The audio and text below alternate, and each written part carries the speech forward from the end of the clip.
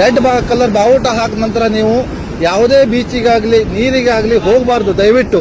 ನಾನು ಕಾರವಾರದಿಂದ ಬೀಚಲ್ಲಿರುವ ಟೂರಿಸ್ಟ್ ಮಿತ್ರ ರಾಘವೇಂದ್ರ ಸಿಬ್ಬಂದಿ ಮಾತಾಡೋದು ನಿಮ್ಮ ಹತ್ರ. ಇದರಿಂದ ಜನರಿಗೆ ತಿಳ್ಕೊಳ್ಬಹುದು ಏನಂದ್ರೆ ತಮ್ಮ ಮಕ್ಕಳಿಗಾಗಲಿ ಇಲ್ಲಿ ನಾವು ಕೈ ಹಿಡ್ಕೊಂಡಿರ್ತೀವಿ, ಸ್ವಲ್ಪ ಸಮೀಪ ಹೋಗ್ತೀವಿ, ನಾವು ಸ್ವಲ್ಪ ಸಮೀಪ ಹೋಗ್ಬಿಡ್ತೀವಿ ಅಂತ ಹೇಳ್ತಾರೆ. ನಾವು ಎಷ್ಟು ಸಲ ಹೇಳಿದ್ರು ಜನ ಕೇಳಲ್ಲ. ಯಾಕೆಂದ್ರೆ ಕಡ್ಲು ಒಂದೇ ತರ ಇರಲ್ಲ. ನೋಡಿ ಕಡ್ಲು ಯಾವ ರೀತಿ ಬರ್ತಾ ಇದೆ, ಯಾವ ರೀತಿ ಕೊಚ್ಕೊಂಡು ಹೋಗ್ತದೆ ಜನರಿಗೆ. ಒಂದೊಂದ್ಸಲ ಕಡ್ಲು ಹಿಂದಿಂದ ಬರ್ತದೆ, ಜನ ಅಲ್ಲಿ ಹೋಗಿ ನಿಂತ್ಕೊಳ್ತಾರೆ. ಒಂದೇ ಸಲ ಕಡ್ಲು ಮೇಲ್ಗಡೆಯಿಂದ ಬರ್ತದೆ, ಅವಾಗ ಕೊಚ್ಕೊಂಡು ಹೋಗ್ಬಿಡ್ತಾರೆ. ಕೆಳಗಿಂದ ರಿಪ್ ಕರೆಂಟ್ ಇರುತ್ತೆ ಸಮುದ್ರಕ್ಕೆ. ಯಾವೊಬ್ಬ ಫಿಶರ್ ಮ್ಯಾನ್ ಸುದ್ದ ನೀರಿಗೆ ಹೋಗಲ್ಲ ಈ ಟೈಮಿಗೆ.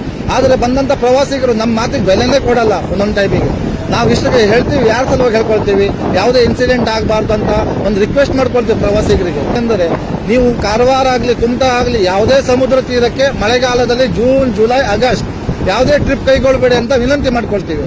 ಯಾಕಂದ್ರೆ ನಿಮ್ಮ ಜೀವಕ್ಕೆ ಅಪಾಯ ಇದು. ದಯವಿಟ್ಟು ನಿಮ್ಮಲ್ಲಿ ಹೇಳ್ಕೊಳ್ತೀನಿ, ಟೂರಿಸ್ಟ್ ಮಿತ್ರನಾದ ರಾಘವೇಂದ್ರ ನಾಯ್ಕ್ ಸಿಬ್ಬಂದಿ ಕಾರವಾರದಿಂದ ನೀವು ಜೂನ್ ಜುಲೈ ಆಗಸ್ಟ್ ಅಲ್ಲಿ ನಿಮ್ದು ಯಾವುದೇ ಟ್ರಿಪ್ ಬೀಚಿಗೆ ಹೋಗುವಂತ ಟ್ರಿಪ್ ಅನ್ನು ಕ್ಯಾನ್ಸಲ್ ಮಾಡಿ ಯಾವ್ದಾದ್ರು ದೇವಸ್ಥಾನ ಟೆಂಪಲ್ಗೆ ಹೋಗಿ ಬನ್ನಿ. ದಯವಿಟ್ಟು ನಿಮ್ಮಲ್ಲಿ ವಿನಂತಿ ಮಾಡ್ಕೊಳ್ತೀನಿ.